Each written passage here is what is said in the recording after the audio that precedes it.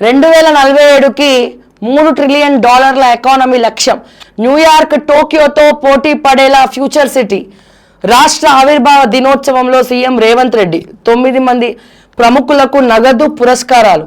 రాష్ట్ర అవతరణ దినోత్సవ శుభాకాంక్షలు తెలిపిన రాష్ట్రపతి, ప్రధాని అమిత్ షా, ఖర్గే, రాహుల్. న్యూయార్క్ టోక్యోతో పోటీ పడేలాగా ఫ్యూచర్ సిటీ అట.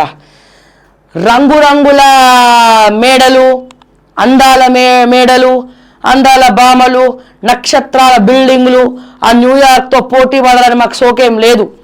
మాకు న్యూయార్క్తో పోటీ పడాలంటే ఉద్యోగాల్లో పోటీ పడాలి, విద్యలో పోటీ పడాలి, వైద్యంలో పోటీ పడాలి, రిజర్వేషన్లు లేకుండా పోటీ పడాలి, ఎక్కడ అన్యాయం జరగకుండా పోటీ పడాలి. ఫస్ట్ ఇవి చేయండి, తర్వాత న్యూయార్క్ సిటీ లాగా 4th సిటీ చూడొచ్చు. ఆ 4th సిటీలో ఎవరెవరికి ఏమేమి ఉన్నాయండి? రేవంత్ రెడ్డి గారు 4th సిటీలో మీరు డల్లాస్ ఎందుకు పోయినట్టు? మీరు శ్రీధర్ బాబు డల్లాస్ ఎందుకు పోయినట్టు? డల్లాస్ పోయి ఖల్లాస్ ఎందుకు అయినట్టు? మా దగ్గర ఇంత ల్యాండ్ బ్యాంక్ ఉంది, ఈ ల్యాండ్ మీకు అమ్మబడును. అసైన్డ్ భూములు మొత్తం కూడా తక్కువ రేటుకి మీరు అమ్మిపించుకొని 4th సిటీ చుట్టూ ఒక ప్రైవేట్ సంస్థలను ఏర్పరచుకొని కోట్ల ఆస్తులు మీరు రాబట్టుకొని మీ స్ట్రాటజీల కోసం మా తెలంగాణ ప్రజల భవిష్యత్తుతో ఎందుకంటే ఆడుకుంటారు? తిరుపతి రెడ్డి కానీ, కృష్ణారెడ్డి గారు కానీ, తిరుపతి రెడ్డి గారు కానీ, మీ కృష్ణారెడ్డి గారు కానీ, ఇంకోరే కొండల్ రెడ్డి గారు కానీ, మీరు కానీ, మీ సతీమణి గారు కానీ, మీ అల్లుడు గారు కానీ, ఓకే, వీళ్ళందరూ 4th సిటీ చుట్టూ ఎంతెంత కొనుక్కున్నారండి? మా రైతుల భూములు ఎంత కొనుక్కున్నారండి? అసైన్డ్ భూములు. Regional ring road route map ఎందుకు మారుతుందండి? ఆ రూట్ మ్యాప్ మారే దగ్గర మా రేవంత్ రెడ్డి గారి ఆస్తులు ఎకరాలు ఎక్కడున్నాయండి? శ్రీధర్ బాబు గారు కూడా అందరినీ మోసం చేసుకుంటా, శ్రీధర్ బాబు కూడా ఆఖరికి అక్కడ మొత్తం భూములన్నీ వెనకపొంటి ఎట్లా కొనుక్కుంటున్నాడండి? శ్రీధర్ బాబు బ్యాచ్ అంతా కూడా ఇక్కడ రంగారెడ్డి జిల్లా ఎక్కడైతే ఈ క్రషర్స్ అన్ని ఉన్నాయో ఇక్కడ మాకు డబ్బులు ఇవ్వకపోతే మీ క్రషర్ నడవనీయమని చెప్పి ఏ శ్రీధర్ బాబు మనుషులు బెదిరిస్తున్నారండి క్రషర్స్ వాళ్ళని? ఈ ఇబ్రాహీపట్నంలా బట్టి విక్రమార్క గారు 4th సిటీ చుట్టూ ఎంత ఇన్వెస్ట్మెంట్లు పెట్టిరండి? వాళ్ళ సతీమణి ఎన్ని ఇన్వెస్ట్మెంట్లు పెట్టిరండి? వాళ్ళకు వచ్చే కమిషన్లన్నీ కూడా దేశ విదేశాలు తిరిగి ఇన్వెస్ట్మెంట్లు పెడుతున్నారే. రామాంజనేయులు అనే వ్యక్తితో అర్బన్ హాస్పిటల్స్ పెట్టించింది ఏ బట్టి విక్రమార్క గారండి? డిప్యూటీ ముఖ్యమంత్రి గారు, ఫైనాన్స్ మినిస్టర్ గారు బట్టి విక్రమార్క గారు. మరి బిల్స్ పాస్ అవ్వాలంటే మరి ఆయన కండిషన్స్ అప్లై అయిందండి. మరి ఇవన్నీ కూడా గమ్మున కూర్చున్నారు ఏంటండి? రంగారెడ్డి జిల్లా మంత్రి ఎవరండి? శ్రీధర్ బాబు. ముఖ్యమంత్రి ఎవరండి? రేవంత్ రెడ్డి. ప్లస్ రేవంత్ రెడ్డి అన్నదమ్ములు. ఓకే, మళ్ళీ ఫైనాన్స్ మినిస్టర్ ఎవరండి? ఈయన ఎవరు? బట్టి విక్రమార్క గారు. మీ ముగ్గురు కలిసి చేసే దందాలు ఏందండి రంగారెడ్డి జిల్లాలో? మర్చిపోయినా మా పొంగులెట్టి గారిని ఎట్లా మర్చిపోయినా? అబ్బా, 4th సిటీ రెవెన్యూ మినిస్టర్ ఆయనే కదా. ఏం చేయమంటారండి? 4th సిటీ చుట్టూ ఉన్నాయి. మరి ఏం చేసినావి? మమ్మల్ని అంటున్నావు, బీఆర్ఎస్ వాళ్ళకి లేవా? ఉన్నాయి. వాళ్ళు కూడా అక్కడ ఉన్నాయి కాబట్టే కదా వాళ్ళని వద్దనుకొని దింపిండ్రు. మీరు వచ్చినాక మీరు చేసేది ఏంది? మీరు చేసేది కూడా గిదే. మంచి శ్రీధర్ బాబు ముంచే శ్రీధర్ బాబు అయిపోయింది ఇప్పుడు. అంటే ఇంతకుముందు ఏంది? శ్రీధర్ బాబుకి డబ్బులు వసూలు చేయడం రాదు, ఆయన ఎటువంటి కాంట్రవర్సీస్కి విరుద్ధంగా ఉంటాడు, తన పంతం చేసుకుంటూ పోతాడు అనుకుంటుండే. ఇప్పుడు ఆ 4th సిటీలో కలెక్షన్ కింగ్ అయిపోయినరు. శ్రీధర్ బాబు పేరు చెప్పుకొని సంపాదించుకునే వాళ్ళు ఎక్కువైపోయినారు. శ్రీధర్ బాబు పేరు చెప్పుకొని ఆస్తులు రాయించుకుంటూ వాళ్ళు ఎక్కువైపోయినారు. క్రషర్స్ వాళ్ళను బెదిరించే వాళ్ళు ఎక్కువైపోయినారు. ఇబ్రాహీపట్నం ఎమ్మెల్యే ఏం చేస్తుండండి? మల్రెడ్డి రంగారెడ్డి గారు. పాపం ఆయనకి క్యాబినెట్ మంత్రి కావాలి. క్యాబినెట్ మంత్రి కావాలంటే ఏం చేయాలండి? మంత్రి కావాలంటే ఏం చేయాలండి? డబ్బులు ఇవ్వాలి. డబ్బులు ఇవ్వాలంటే నాకు డబ్బులు కావాలి. డబ్బులు కావాలంటే ఒక చిన్న పండ్ల బండి దగ్గర నుంచి ఒక పెద్ద ప్రాజెక్ట్ వరకు ఆమ్యాలని కూడా తీసుకోవాలి. ఎవరు? మా మల్రెడ్డి రంగారెడ్డి గారు. ఎందుకు గెలిపించినారు?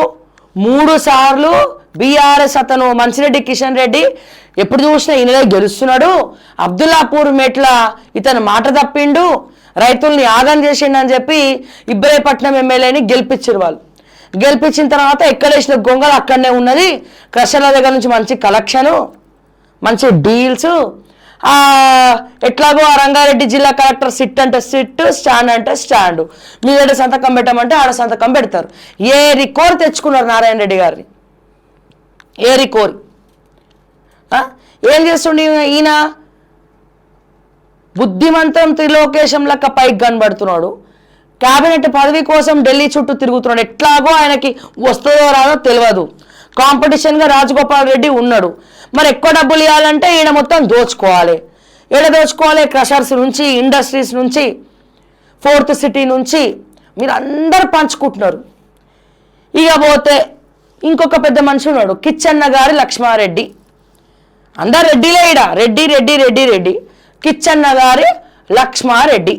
మరి ఈ కిచ్చన్న గారి లక్ష్మారెడ్డి ఎవర్రా నాయన?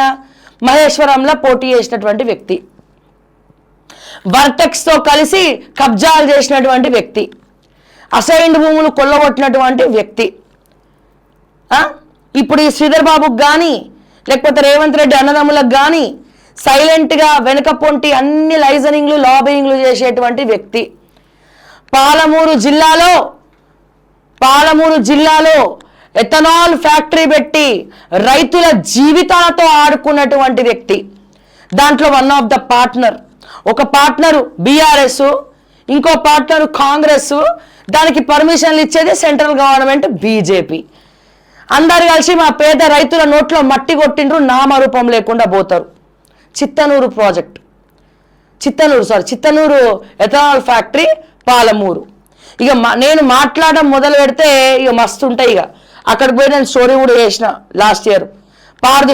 ఎంపీ పార్థు సారథి మళ్ళీ ఈ 11 ఎకరాలు కోకాపేట 11 ఎకరాలు ట్రస్ట్ పేరు మీద నొక్కేసినటువంటి బాపత్ కూడా ఆయనే. మరి ఎందుకు ఆగలేదు? మరి ట్రస్ట్ రేవంత్ రెడ్డి ఆపుతా అన్నాడు కదా. 11 ఎకరాలు కేసీఆర్ గవర్నమెంట్ ఇచ్చినప్పుడు, మరి రేవంత్ రెడ్డి నోటీసులు పంపించినప్పుడు మళ్ళీ ఇంకా కన్స్ట్రక్షన్ ఎట్లా జరుగుతుంది అక్కడ? మిస్టర్ పార్థు సారథి రెడ్డి రేవంత్ రెడ్డికి ఎన్ని కోట్లు వేరేసి పంపించిన డబ్బులు.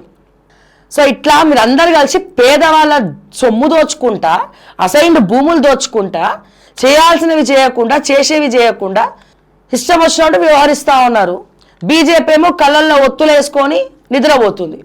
ఒత్తులేసుకొని చూడట్లే, కళ్ళల్లో ఒత్తులేసుకొని ఆ ఒత్తులు ఎడగుచ్చుకుంటాయో మాకు అని చెప్పి భయానికి కళ్ళు మూసుకొని నిద్రపోతుంది. మా బీజేపీ కార్యకర్తలు కాదు, మా బీజేపీ కార్యకర్తలు ఇట్లా చిట్టికేసి అట్లా పోతారు. కానీ ఎవరు నిద్రపోతున్నారు? నాయకత్వం నిద్రపోతుంది. నాయకత్వం పేరుతో ప్రశ్నించే గొంతుకలు బీజేపీలో ప్రతిపక్ష పాత్ర పోషించకుండా, ప్రజా సమస్యలను తెర మీదికి తీసుకురాకుండా నిద్రపోతుంది. మరి మా మోడీ గారికి తెలుసో, మా అమిత్ షా గారికి తెలుసో లేదో తెలంగాణలో ఏం జరుగుతుందో, ఆ సునీల్ బన్సల్ గారికైనా తెలుసో లేదో తెలంగాణలో గ్రాఫ్ ఎందుకు తగ్గిపోయిందో. సో ఇవన్నీ కూడా వీళ్ళు ఆలోచించాల్సినటువంటి అవసరం ఎంతైనా ఉంది. సో వీళ్ళందరూ కలిసి ఇట్లా దండ. నేనేమంటున్నా, మల్రెడ్డి రంగారెడ్డి గారికి కొద్దిగా ఫీల్డ్లో తిరగండి, రైతుల సాధక బాధకాలు తెలుసుకోండి. మంత్రి పదవి రావాలని ఉంటే ఎట్లయినా వస్తుంది. మీరు ఎంత లాబింగ్ చేసినా రావాలని లేకపోతే అది రాదు. ఎట్లాగో మీకు కాంపిటీషన్గా రాజగోపాల్ రెడ్డి ఉన్నాడు, ఇంటికి ఒక్కడికే టికెట్ ఇవ్వాలి. కానీ ఈడ కాంగ్రెస్ నినాదం పక్కన పెట్టేసి ఒకటే కుటుంబంలో కుటుంబం, అన్నగారి కుటుంబం అని కుటుంబ పాలన టికెట్లు ఇచ్చారు. ఇప్పుడు అన్న మంత్రే ఉంటాడట, తమ్ముడు మంత్రే ఉంటాడట. వాళ్ళ దగ్గర మళ్ళీ అదొక ఇది. ఈ భయానికి ఎవరికి ఇవ్వద్దు, ఇంకా పోస్ట్పోన్ చేస్తామని చెప్పి పోస్ట్పోన్ చేస్తారు. మీరు ఇట్లనే పోస్ట్పోన్ చేసుకుంటే బోండి, ఆ జమిలీ ఎన్నికలు కూడా వస్తాయి. ఎన్నికలు వచ్చినప్పుడు ఏకంగా మీ ఉన్న పదవులు కూడా పోతే మంచిగా అవుతుంది. అప్పుడు సల్లంగా ఉంటుంది. ఇంకా 2 ఏళ్ళు చూస్తూ 2 ఇయర్స్ ఏ క్షణమైనా జమిలీ ఎన్నికలు రావచ్చు. కానీ ఈ లోపల మీరు ఏం చేస్తారు? అగో మేము ఏం చేయలేము, మేము చేద్దాం అనుకున్నాం 6 గ్యారంటీలు, మేము అడ్మినిస్ట్రేషన్ చేద్దాం అనుకున్నాం, మేము భూభారతిని కనిపెట్టినాం, మేము అది ఎందుకు కనిపెట్టినో తెలియదు. దాంట్లో అన్నీ మళ్ళీ ఏముందిరా నాయన అంటే ఏం లేవు. ఇప్పుడు సవరణలు చేసుకోవాలా, కనిపెట్టినాం.